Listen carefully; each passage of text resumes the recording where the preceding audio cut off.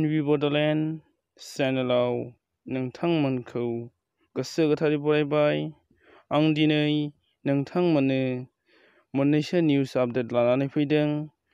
बेफोर निउस आपडेटफोरखौ नोंथांमोननो आं फारि फारियै खिन्थालांगोन। भिडिअखौल' नोंथांमोना जोबजासिम नाय आरो भिडिअखौ नायनानै मोजां मोनोब्ला लाइक खालाम, लोगोफोरनो शेयार खालाम आरो लोगोसेनो नोंथाङा जुदि आंनि नैबे एनबि बड'लेण्ड इउटुब चेनेलाव गोदानब्ला चेनेलखौ साबस्क्राइब खालाम, लोगोसे बेल आइकनखौ प्रेस खालामनो दाबाव। थुदो जों भिडिअखौ जागायदोनि।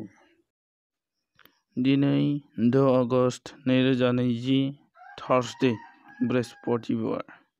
नाम्बार 1 हजाइनि कभिड हस्पिटालनिफ्राय सासे कभिड बेरामिया खारखोमादों। खारखोमानाय बेरामिया सासे सिखाव होननानै मिथिनो मोन्दों आरो मुङा बिनि साद्दाम हुसैन। बिथांनि देहायाव कभिड पजिटिभ मोननायनि उनाव मंगलबारखालि हजाइ कभिड हस्पिटालाव दोनफैदोंमोन फाहामथायनि थाखाय, नाथाय बुधबारखालि फुङाव दुगैनो थांनायावनो खिरखिजों बारनानै खारदों होननानै खौराङाव मिथिनो मोन्दों। दायो बिथांखौ रैखाथि बिफानआ नागिरबाय थादों होननानै सुलुङाव मिथिनो मोन्दों। नाम्बार 2 मणिपुरनि लौसिपाटआव रैखाथि बिफानआ हमनो हायो 30,000 निसा जाति टेब्लेट आरो बेवहाय खमैब्लाबो 4 कौटि रांनि टेब्लेट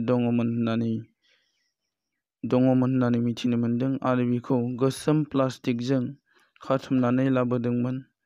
बे मुवाखौ लाबोनाय सुबुंनि मुंखौ महम्मद जामात खान होननानै मिथिनो मोन्दों। नाम्बार 3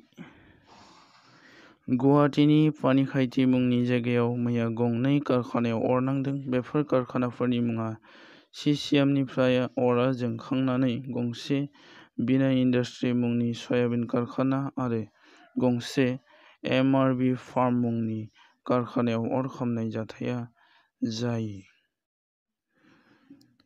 दिनै फुंबिलिनि आपडेट बादियै आसामाव गासै टटेल केसआ जाहैबाय 50,445। बेनिनो डिस्चार्ज जाबाय 35,892। दायो एक्टिभ जानानै दं 14,429 आरो थैनाया गासै जाहैबाय 121। बेनिनो माइग्रेट 3। दिनै फुंबिलि 5 बाजिसिमनि आपडेट बादियै बुहुमनाङै आरो इउएसए, ब्राजिल आरो इन्डियानि आपडेट।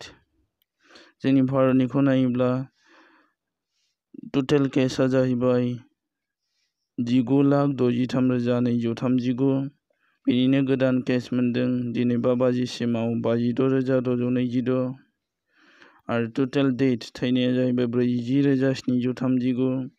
गोदानै थैनाया 5 बाजिसिम जाहैबाय 919 जन आरो टटेल रिकभार्ड दा जाहैबाय 13,27,200 आरो दायो एक्टिभ केस जानानै दं 5,95,300 जननि देहायाव।